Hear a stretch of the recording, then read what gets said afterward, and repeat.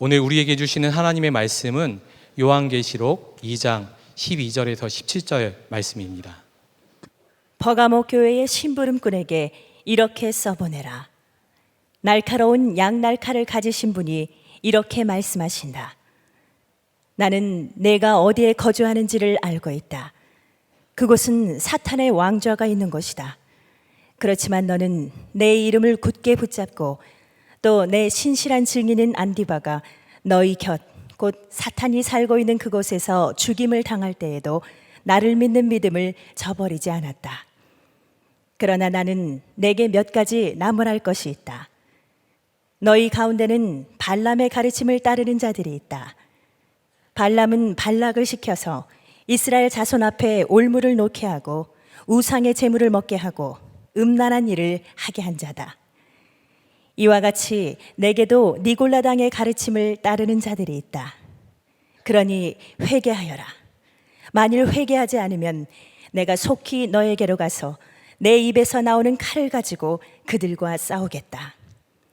귀가 있는 사람은 성령이 교회들에 하시는 말씀을 들어라. 이기는 사람에게는 내가 감추어둔 만나를 주겠고 흰 돌도 주겠다. 그 돌에는 새 이름이 적혀 있는데 그 돌을 받는 사람밖에는 아무도 그것을 알지 못한다. 오늘 여러분과 함께 나눌 말씀은 버가모 교회에 주신 주님의 편지입니다. 이 버가모 교회를 생각하면 인도네시아에 단기 선교 갔을 때 그 힌두교 마을에 세워진 교회를 방문했던 기억이 납니다.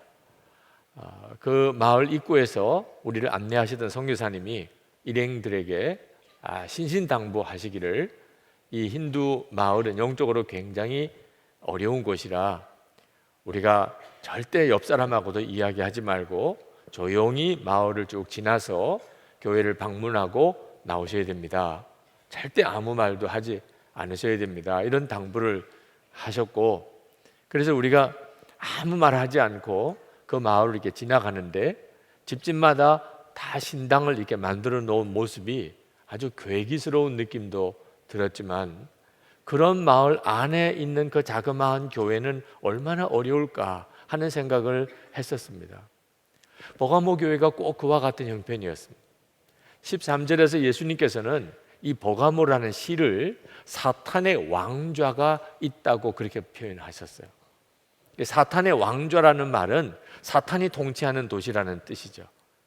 그 정도로 이 버가모라는 도시는 우상숭배가 극심했고 또 사탄의 역사가 굉장히 강했던 그런 도시였습니다. 그 가운데에 버가모 교회가 있었던 것입니다. 그럼에도 불구하고 이 버가모 교회는 예수님의 이름을 굳게 붙잡았습니다.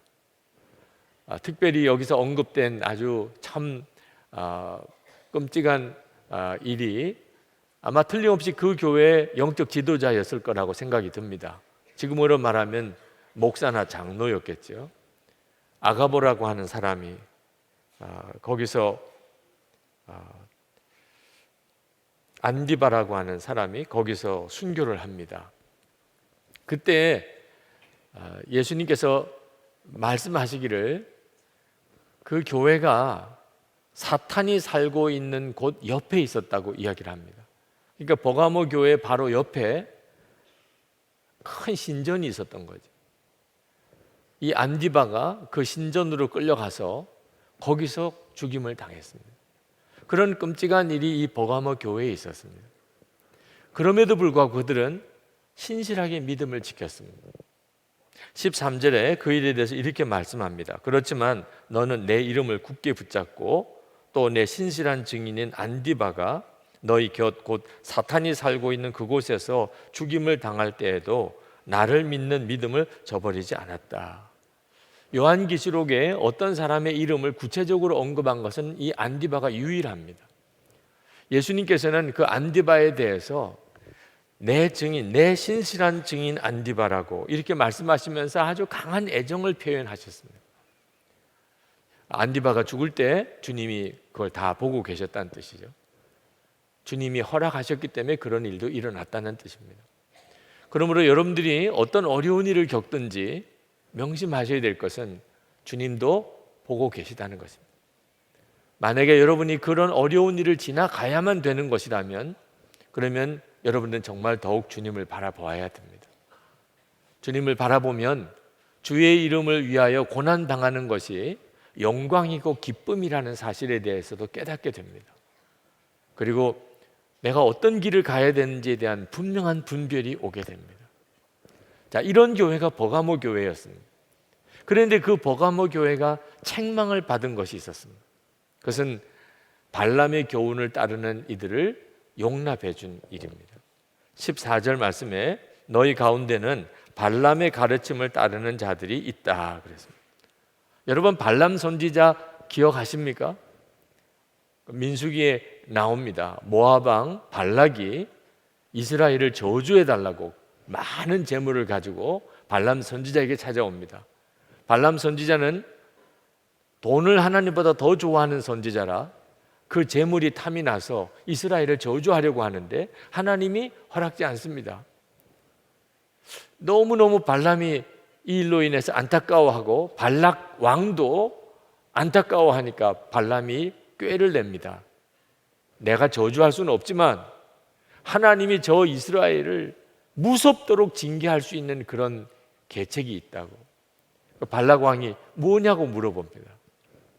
저 이스라엘의 남자들을 다 타락시키라. 그래서 발락 왕이 모압 여인들을 그 이스라엘의 남자들에게 가게 만듭니다. 그리고 유혹합니다. 그래서 그 여인을 따라서 이스라엘 남자들이 그 모압이 섬기는 신전에 찾아가서 거기서 제사하고 그리고 음행을 합니다. 하나님께서 대단히 진노하시죠. 그리고 이스라엘은 무서운 징계를 당합니다. 그랬던 바로 그 사건을 이야기하는 것입니다. 이 발람의 교훈을 따랐다는 말은 하나님을 믿는다고 하면서도 여전히 우상숭배하고 탐심을 버리지 못하고 음란한 죄를 짓고 사는 것을 말합니다. 15절에서는 니골라당에 대한 말씀을 합니다. 이와 같이 내게도 니골라당의 가르침을 따르는 자들이 있다. 이 니골라당 이와 같이라고 표현한 거 보면 이 발람의 교훈을 따르는 자들과 아마 비슷한 사람들이었던 것 같습니다. 많은 성경 주석가들이 이 니골라당을 영지주의자라고 그렇게 해석을 하는데 그 말은 무슨 뜻이냐면 사람에게는 영혼과 육신이 있다고 믿고 영혼은 중요한 것이고 육신은 하찮은 것이라고 생각합니다. 영혼이 구원을 받았다면 육신적으로는 아무렇게나 살아도 아무 상관이 없다고 주장하던 무리들이었습니다. 교회 안에 일어난 이단들이죠. 요즘으로 말하면 구원파와 비슷한 교리를 가지고 있습니다. 한번 구원 받았으니까 이미 구원은 받아 놓은 거니까 어떻게 살아도 구원은 받는다는 식이죠. 요즘에 교인들 중에도 이런 생각을 하고 있는 분들이 있으세요. 교회는 다녀요. 그런데 세상 사람과 똑같이 살아요.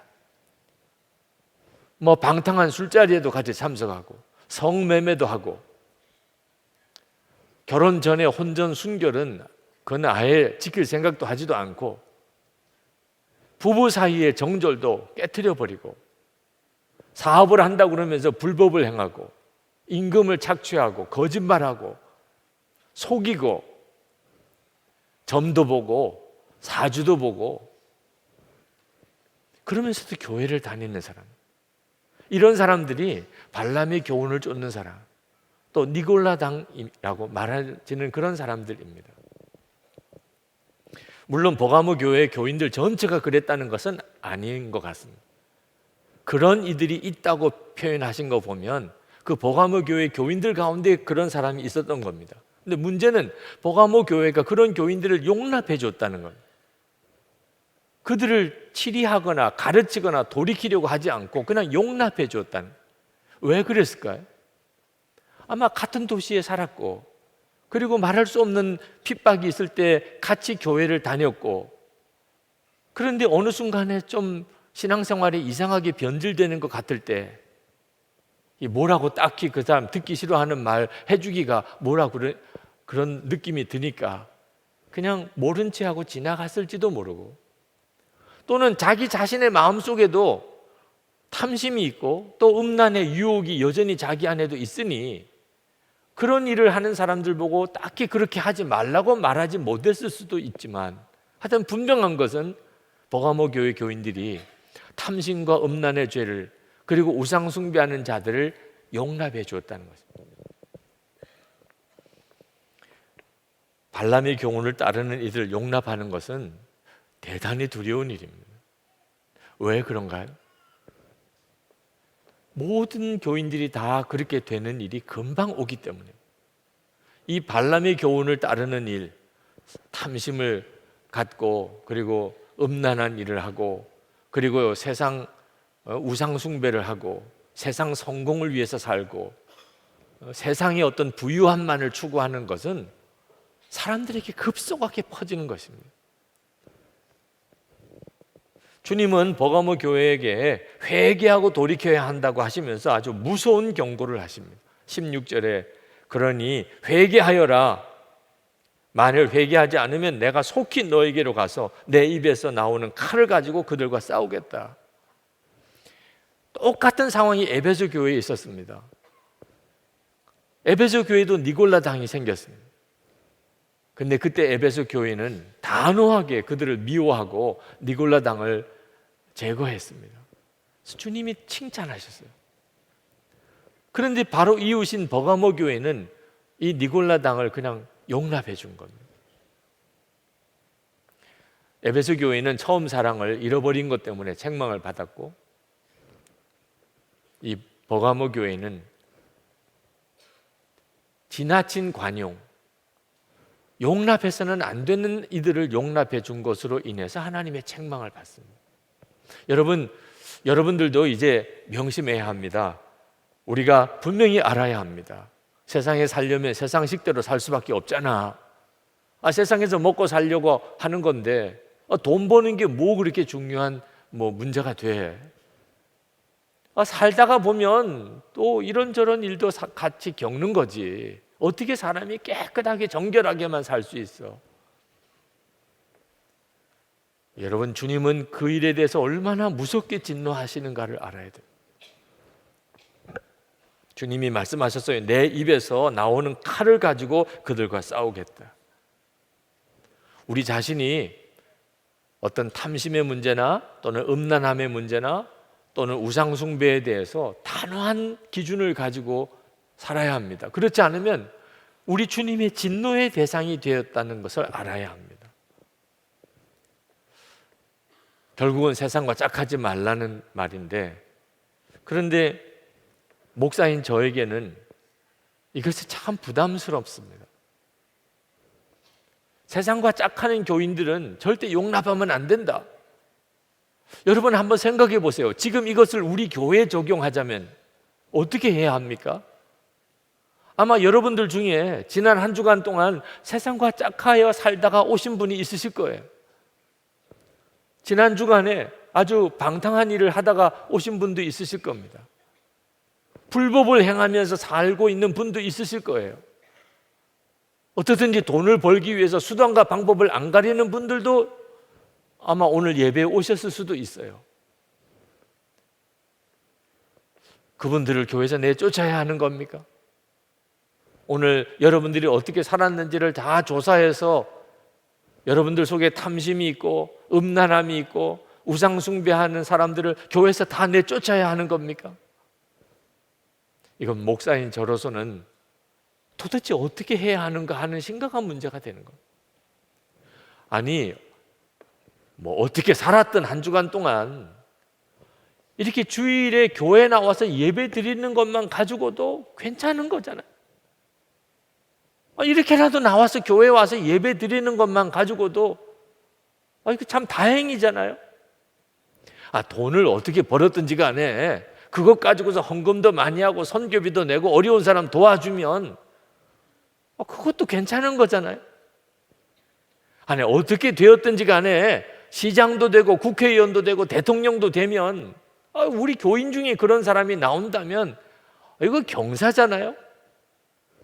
이렇게 생각할 수도 있고 실제로 그렇게 생각하는 분들이 많습니다. 그러므로 우리가 정말 정신 똑바로 차려야 한다는 거예요. 주님의 마음과 우리가 가지고 있는 생각이 너무나 다를 수 있다는 거예요. 지난 주간에 시내에서 모임이 있어서 참석했다가 택시를 타고 교회로 돌아오는데 운전하시는 기사님이 저를 보더니 목사님이시죠? 그러시더라고요.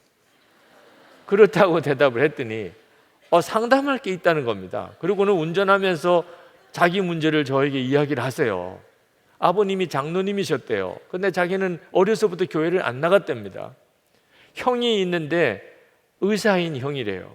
근데 그 형은 교회를 열심히 잘 다닌대요. 그 형은 자기를 만날 때마다 늘 교회 나오라, 다시 예수 믿으라, 그렇게 이야기를 한대요.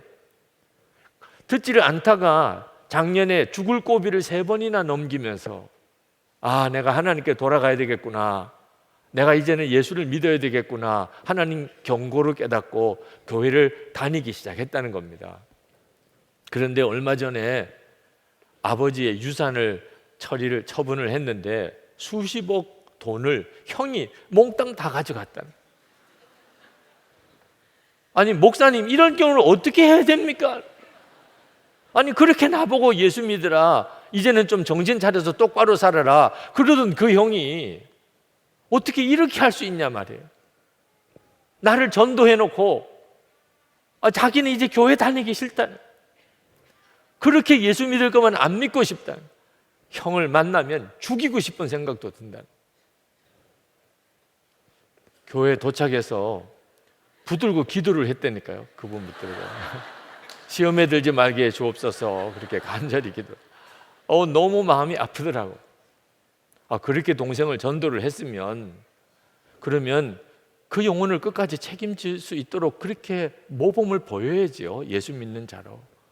어떻게 그렇게 열심히 전도하면서 돈 문제 하나 앞에서 그렇게 무너져서 사랑하는 동생의 영혼을 지옥으로 내몰 수 있냐 말이에요. 여러분, 이것이 지금 현재 우리들의 실상이에요. 고난의 때는 훌륭하게 잘 극복했습니다. 고난이 오고 핍박이 오고 예수 믿기 어려운 상황이 오면 오히려 정신 차리고 기도하고 주님께 더 가까이 가고, 그래서 영적으로 더 강해집니다. 그런데 문제는 이제 그 때가 지나가고 편안한 때가 오고 풍요한 때가 오고 유혹이 찾아올 때, 그때는 그만 정신줄 놓아버립니다. 그때는 그만 마음이 풀어져 버립니다. 오히려 은근히 그런 유혹을 즐깁니다. 붙잡았던 주님에서 놓아버립니다. 여러분, 마귀가 우리를 넘어뜨리려고 역사할 때 2가지 무기가 있는데 하나는 핍박입니다. 분명히 핍박으로 역사합니다. 그러나 더 무서운 무기가 있는 거 알아야 됩니다. 그게 유혹이에요. 탐심과 음란과 우상숭배의 유혹입니다. 우리 한국 교회 100여 년 역사밖에 안 되는 이 짧은 한국 교회사를 돌아봐도 똑같습니다. 한국 교회는 고난을 거쳤던 교회예요. 말할 수 없는 고난의 시절을 지나갔습니다.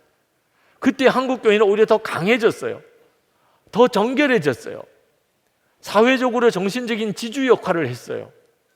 그런데 이제 편안한 때가 왔습니다. 교인들이 많이 늘기 시작했습니다. 교회도 성장하고 예배당도 큰 예배당을 지었습니다. 그런데 지금 한국 교회는 위기라고들 말합니다. 여러분, 핍박이 무섭습니까? 유혹이 무섭습니까? 정신 똑바로 차려야 돼요. 많은 분들이 북한에서 살고 있지 않는 것을 다행이라고 생각합니다. 물론 다행입니다. 북한에 있었다면 아마 이런 예배 드릴 수도 없겠지요. 여러분들 중에 진짜 예수 믿겠다는 분들 다 수용소로 끌려갔겠지요. 그러나 여러분 알아야 돼요. 편안한 지금 이 대한민국이 영적으로는 핍박이 있는 북한보다 훨씬 더 무서운 곳입니다.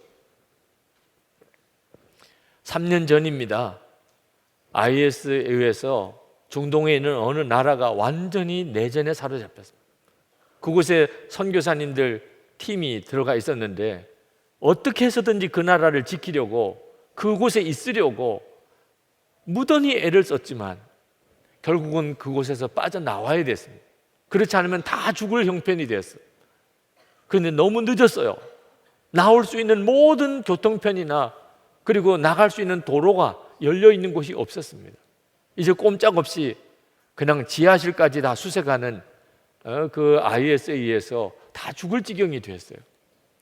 그때 우리 교회에서도 얼마나 그분들을 위해 간절히 기도했는지 모릅니다. 빨리 그곳에서 그 이웃 나라로라도 옮겨갈 수 있게 해 주옵소서. 길을 열어 주옵소서. 하나님은 역사해 주셨어요. 정말 기적과 같이 그 선교사님들 가족들이 다 그 이웃 나라로 빠져나올 수 있게 됐습니다. 그때 그 선교사님 한 가정이 잠깐 한국을 다녀가시느라고 오셨어요. 여기서 그때 일 간증도 하셨습니다. 근데 그 선교사님 만나서 이야기를 듣는데 그 중동에 나가 있는 선교사님들로부터 계속 문자가 온다는 거예요. 그 위험한 한국에서 빨리 빠져나오세요. 우리는 지금 그 중동에 있는 선교사님들이 위험하다고 생각해서 그렇게 기도했는데 그곳에서 한국을 보니까 한국이 너무너무 위험한 곳이에요. 여러분, 어째서 한국이 위험합니까? 죄 짓기 너무 좋다. 우리가 사는 환경이 계속 우리들의 탐심을 자극합니다. 그리고 계속 우리들 속에 음란의 유혹을 일으킵니다. 하나님보다도 더 섬기는 우상들이 이 땅에 얼마나 많은지 모릅니다. 우리도 견뎌나가기 어렵지만 어린 아이들, 자녀들은 말할 수 없는 위기 상황에 몰려 있습니다. 정신 똑바로 차려야 합니다. 북한에 있는 우리 믿음의 형제들보다 우리가 훨씬 더 어려운 곳에 있다. 그 사실을 여러분이 명심해야 합니다.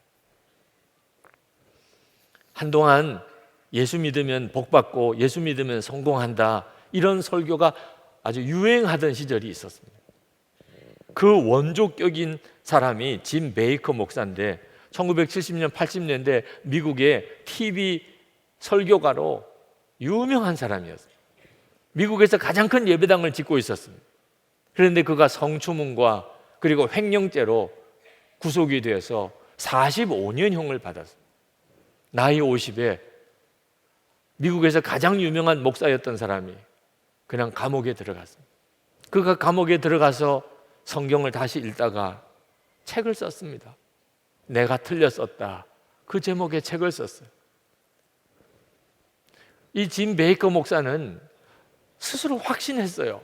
예수님이 우리의 모든 고난과 저주를 다 짊어지셨으니 예수 믿는 우리는 복만 받는데 예수를 믿기만 하면 반드시 성공한다. 그 스스로 확신했어요. 비판하는 사람들이 있는 거 알지만 본인이 확신하니까 그는 아주 담대하게 설교했고 그 설교에 많은 사람들이 거의 미치듯이 열광했습니다. 그분은 이렇게 설교했어요. 하나님 뜻대로 해 주시옵소서. 이런 나약한 기도는 하지 말라. 여러분이 차를 사고 싶습니까? 그렇다면 어떤 차종을, 어떤 색깔에, 어떤 옵션으로 주시옵소서. 정확하게 기도하라. 하나님 뜻대로 하시옵소서. 이런 나약한 기도를 하지 말고. 그게 믿음이다. 이렇게 설교를 했어요. 근데 그가 감옥에서 성경을 읽어보니까 예수님이 가르치신과 삶과 완전히 자기는 반대로 살았고 반대로 가르쳤다. 그는 정말 비참한 마음으로 자기 자신이 잘못했던 것을 그 책 속에 썼습니다. 그 원조격이 되는 짐 베이커는 그런 참회의 책을 썼지만 그 가르침은 미국 교회, 한국 교회에 지금도 여전히 강력한 영향력을 가지고 있습니다. 여러분, 예수 믿으면 무조건 복 받는다, 예수 믿으면 무조건 성공한다, 이런 가르침을 조심해야 합니다. 왜냐하면 우리 한국 교회를 버가모 교회 같이 만드는 무서운 교훈이기 때문에.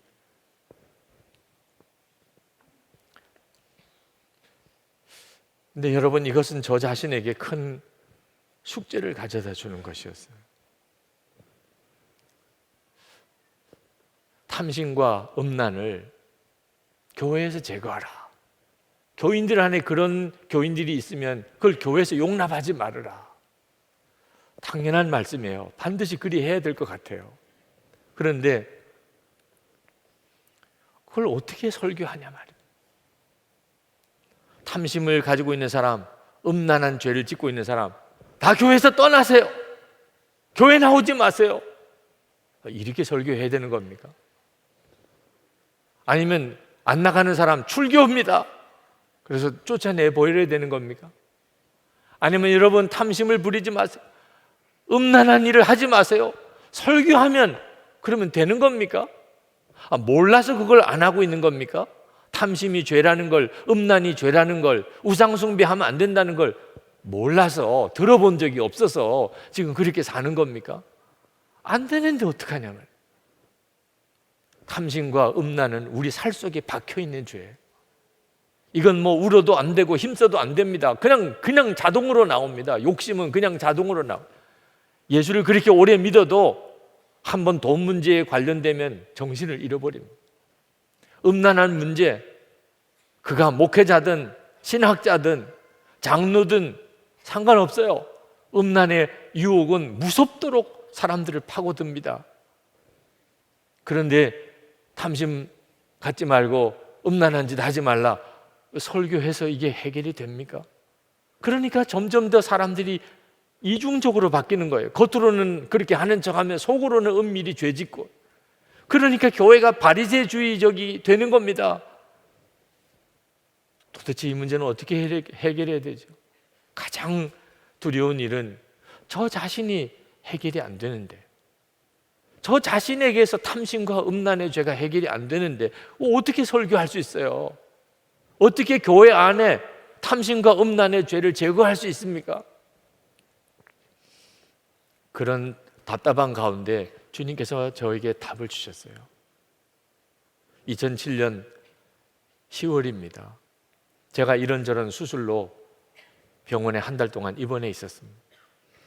설교 스케줄이 그때부터 연말까지 쫙 매일같이 잡혀져 있었지만 저는 한 번의 설교도 할 수 없었어요. 병실에서 하나님 앞에 안타까운 마음으로 기도할 때 하나님께서 그때 제게 주신 말씀이 있었습니다. 내가 설교하는 것과 실제로 사는 것 사이에 조그만 틈이라도 생기는 것을 절대로 작게 여기면 안 된다. 그것은 저에게 있어서 큰 두려움이었어요. 어떻게 내가 그대로 다 살면서 설교할 수 있겠냐? 사람인데 어떻게 그렇게 할 수 있겠냐?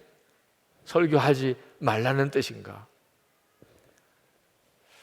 그때 하나님께서 저에게 육신을 가지고 있는 사람이지만 말씀대로 살 수 있는 길을 열어주셨어요. 그것이 주 예수님을 바라보는 것입니다. 예수님을 바라보는 거예요. 예수님을 바라보는 눈이 뜨이면 그러면 어떻게 육신대로 살아요? 주님이 나와 함께 계시는 그 주님이 내게 바라보아지면 아무리 내 속에서 탐심이 있고 내 속에서 음란의 죄가 일어나도 어떻게 그렇게 끌려 살 수 있냐 말입니다. 아, 그렇구나. 내가 내 살 속까지 탐심과 그리고 음란이 내 속에 있다 하더라도 내가 주 예수님을 바라보는 눈이 뜨이면 내가 육신대로 살지 않을 수 있겠구나. 너무 기뻤어요. 여러분 중에도 나 도대체 탐심을 이길 수도 없고 나는 음란한 유혹을 떨쳐버릴 수도 없다고 생각하시는 분, 제가 한번 물어보겠습니다. 여러분, 다른 사람들이 다 보는 앞에서 남의 돈 이렇게 슬쩍 가져갈 수 있습니까? 그러면 당장 구속이고 그는 아마 처벌을 받게 되겠죠. 그럴 사람은 없을 거예요. 아무리 탐심이 내 속에 생겨도 다른 사람 다 보는 앞에서는 못하는 것입니다. 여러분, 음란의 죄에 계속 무너지는 분이 있습니까? 다른 사람들 다 보는 앞에서도 그렇게 할 수 있습니까? 사람들 보는 앞에서야 못하지요, 창피하게. 그렇다면 여러분은 얼마든지 탐심을 이길 수 있고 음란을 이길 수 있는 능력을 가지고 있는 겁니다. 속마음에서 일어나도 안 할 수 있잖아요. 사람들 보는 앞에서란. 사람들 보는 앞에서는 내가 욕심 부릴 수 없고 내가 음란한 죄를 지을 수 없다면 얼마든지 그렇게 할 수 있는 능력이 있는 거예요. 눈이 안 뜨여서 그런 것뿐입니다. 우리가 믿는 게 뭡니까? 주 예수님이 우리 안에 계십니다. 근데 그 주님을 바라보는 눈이 뜨이지 않으니까 아무도 안 본다고 생각하는 거죠. 주를 바라보는 눈이 열리는 것이 핵심이었어요. 그래서 24시간 주 예수님을 바라보시라고, 영성일기를 쓰면서 주님을 바라보시는 생활을 꾸준히 하시라고 그렇게 교우 여러분들에게 권면해 드리는 겁니다. 그런데 제가 24시간 주님을 바라보려고 하면서 주님의 계획은 제가 탐심을 갖고 음란한 죄를 짓는 이런 데서 저를 건져주시려고 하시는 것만 아님을 알았어요. 그 자체도 놀랍습니다. 여러분 중에 더 이상 내가 탐심의 종이 되지 않고 내가 더 이상 음란의 종이 되지 않겠다고 그렇게 생각하면서 몸부림치며 싸워보신 분들은 탐심이 떠나고 음란한 죄를 이길 수 있다는 것 자체가 얼마나 놀라운 것인가를 아마 다 동의하실 거예요. 그런데 주 예수님을 바라보면서 내가 죄를 이기는 정도와 비교할 수 없는 놀라운 은혜, 말할 수 없는 기쁨을 알았어요. 실제로 살아계신 주님, 나와 함께 계시는 그 주님, 그 주님을 바라보는 눈이 뜨이는 것, 그 주님과 친밀히 동행하는 삶을 살게 되는 것, 이거는 그저 탐심이나 음란의 죄를 이기는 것과 비교할 수 없어요. 사도 바울이 자기에게 유익하던 거 다 배설물처럼 버렸다고 그랬습니다. 배설물처럼 버려지는 거더라고요. 주를 바라보는 눈이 뜨이니까, 살아계신 주님을 바라보는 눈이 뜨이니까 우리 모두가 받은 축복입니다. 그 주님을 바라보는 눈이 뜨이니까 세상의 탐심, 유혹, 명예, 성공 다 배설물처럼 여겨지더라고요. 민수기 6장 24절 26절에 보면 모세가 제사장들에게 백성을 축복하라고, 이렇게 축복하라고 지시하신, 아주 구체적으로 말씀하신 내용이 나옵니다. 여호와는 내게 복을 주시고 너를 지키시기를 원하며, 여호와는 그의 얼굴을 내게 비추사 은혜 베푸시기를 원하며, 여호와는 그 얼굴을 내게로 향하여 드사 평강 주시기를 원하노라. 여러분, 하나님께서 얼굴을 우리에게 드시는 게 뭐 그렇게 대단한 복입니까? 대단한 복이죠. 경험 못 해보시니까 그 복이 얼마나 큰지를 모르는 겁니다. 주님의 얼굴을 바라보는 눈이 뜨이는 것, 그러면 무엇이 문제가 돼요? 주님이 나와 함께 계시는 것, 그저 막연하게 믿는 정도가 아니고 내가 주를 바라보는 눈이 뜨이는 것, 그러면 뭐가 걱정이고 뭐가 염려가 돼요? 무슨 일이 두려워요? 달란트 비유에 5달란트, 2달란트 받았던 종에게 주어진 상급이 뭔지 아십니까? 주인의 즐거움에 참여할지어다. 그게 뭐 그렇게 대단한 복입니까? 대단한 복이죠. 종의 입장에서 주인의 즐거움에 참여하는 자가 됐다는, 이것이 주 예수님을 바라보는 자에게 주님이 정말 주시려고 하는 것이더라. 주를 바라보는 눈이 뜨이고 나니까 더 이상 육신의 죄, 탐심, 음란의 죄 품고 싶은 마음이 없어요. 여러분, 버가모 교회는 이 발람의 죄를 쫓아가는 이들을 품어주었습니다. 받아주었다는. 그래서 버가모 교회는 무서운 책망을 받았어요. 근데 우리 안에 이런 탐심이 일어나고 음란한 생각이 일어나고 세상처럼 그렇게 세상을 섬기고 살려고 하는 마음이 일어날 때 여러분, 용납하면 안 됩니다. 그걸 용납하니까 그럴 수도 있지, 이런 생각 가질 수도 있지, 그러니까 그 다음에 사로잡히는 거예요. 주 예수님이 여러분 안에 계신 것을 명심해야 합니다. 그리고 단호하셔야 돼요. 여러분의 마음속에 들어오지 못하도록 여러분이 단호하게 제거하셔야 돼요. 여러분, 한 해 한 해 사는 것도 아니고 하루하루 사는 것도 아니고 그저 한 호흡, 한순간 주 예수님을 바라보고 주님 안에 거하고 주님을 사랑하고 주님과의 첫사랑으로 사는 것이에요. 그때만 하나님께서 우리에게 진정한 영생의 복을 주십니다. 17절에 귀가 있는 사람은 성령이 교회들이 하시는 말씀을 들어라. 이기는 사람에게는 내가 감추어둔 만나를 주겠고 흰 돌도 주겠다. 아멘입니다. 이제 우리 같이 기도하시겠습니다. 여러분, 절대로 죄를 마음으로 용납하면 안 됩니다. 어쩔 수 없다고 생각하면 안 됩니다. 주님, 저는 주를 바라보기를 원합니다. 주님이 저와 함께 계시는 것을 분명하게 눈뜨기를 원합니다. 그래서 탐심과 음란의 죄가 내 육체를 통해서 들어오겠지만 저 단호하게 제거하겠습니다. 주 예수님을 바라보면서 이기는 자의 삶을 살겠습니다. 우리 다 같이 통성으로 기도하겠습니다. 은혜와 사랑이 충만하신 하나님, 놀라우신 하나님의 은혜를 하나님 감사합니다. 놀라웠고 하나님 크신 은혜, 하나님의 역사를 우리 가운데 놀라우게 부어주소서. 말할 수 없는 하나님의 은혜와 사랑 하나님 들어가게 하소서.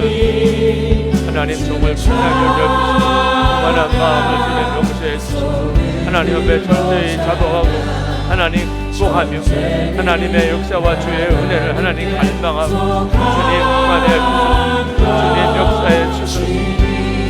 오늘도 하나님 사랑하는 성도들 하나님 그 마음의 심령을 주의 말씀으로 정결하게 하시고 은혜의 눈을 열어 주를 바라보게 하시고 하나님 탐심과 하나님 육신의 정욕 하나님 세상의 안목에 사로잡히지 않게 하시고 보혈로 깨끗하게 씻어주시고 주 예수님께 붙잡혀지게 하시고 하나님 주의 영광을 위해 살게 하여 주시기를 원합니다. 교회를 하나님의 은혜 가운데 정결하게 해주소서. 하나님 정말 하나님 기뻐하는 뜻대로 사는 성도들을 세워주소서. 하나님이 역사하시고 쓰소서. 은혜와 사랑이 충만하신 하나님, 이 시간에 주의 빛으로 말씀의 빛으로 우리를 비추어 주소서. 하나님, 우리 속에는 정말 상상하기도 싫은 음란하고 더럽고 욕심 많고 세상을 쫓아 향락을 쫓아 살았던 부끄러웠던 것들이 가득합니다.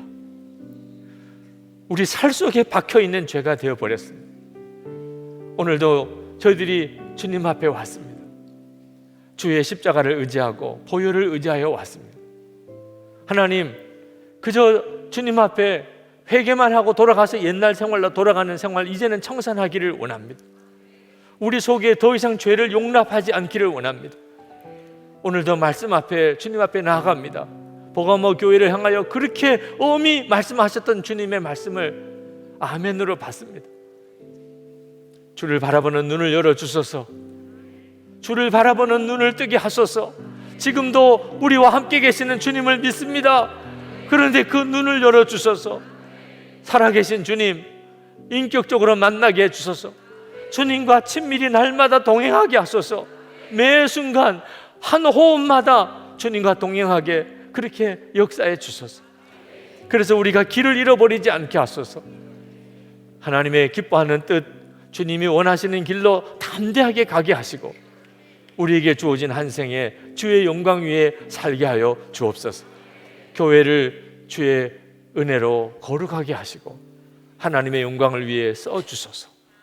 오늘도 전심을 다하여 하나님 앞에 나와 예배하고 정성을 다하여 사랑과 믿음을 담아 하나님께 드린 우리의 헌금을 주님 앞에 올려드립니다. 하나님을 사랑하고 또 주님께 감사하는 마음, 또 믿음으로 하나님 앞에 드립니다. 사랑하는 성도들에게 주여 복을 주소서. 주의 은혜를 더하소서.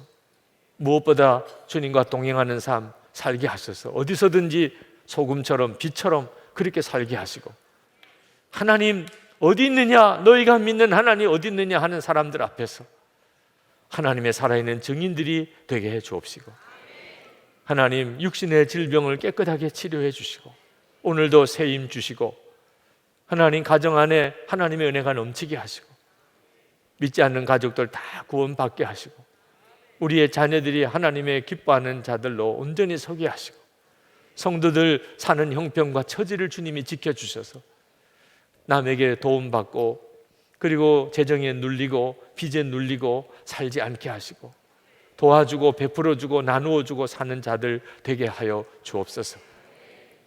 나라와 민족을 주님의 손에 부탁드립니다. 하나님, 어제 이곳에서 모여 6시간 동안 금식하며 하나님께 기도했던 우리의 간구를 들으신 줄 믿습니다. 북한의 악한 정권은 속히 무너지게 해주시고 이 땅의 다음 세대, 저 북한의 다음 세대, 통일의 세대들로 일어나게 해 주옵소서. 하나님, 아직도 억류되어 있는 주의 종들이 많습니다. 김국기 목사님, 김정욱 선교사님, 최충결 선교사님, 김상덕 교수님, 김학성 교수님, 김동철 씨, 중국에 있는 신마띠아 선교사를 비롯하여 억류되어 있는 주의 종들 주의 손에 부탁합니다. 속히 풀어주시기 원합니다. 전 세계 열방에 나가 있는 선교사님들 하나님의 손에 부탁합니다. 권능과 은혜로 함께해 주소서. 하나님 어디서든지 주를 바라보는 눈을 열어주시고 주님이 함께 하시는 은혜를 충만하게 부어 주옵소서. 주 예수 그리스도 이름으로 간절히 기도합나이다. 아멘. 우리 다 일어나셔서 찬양하겠습니다.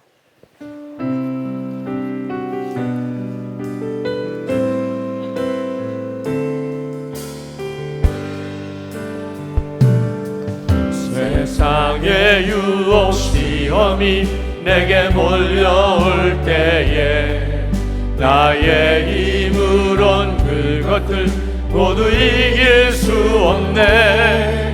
거대한 폭풍 가운데 위축된 나의 영혼 어찌할 바를 몰라 헤매이고 있을 때 주를 찬양 손을 들고 찬양 전쟁은 나에게 속한 것 아니니 주를 찬양 손을 들고 찬양 전쟁은 하나님께 속한 것이니 주를 찬양 손을 들고 찬양 전쟁은 나에게 속한 것 아니니 주를 찬양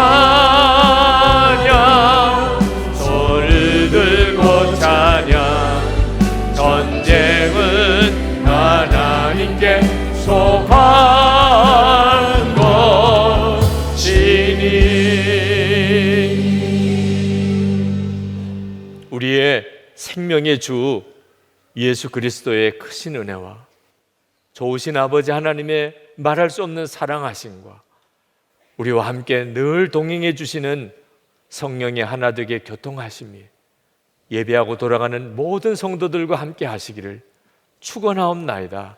아멘.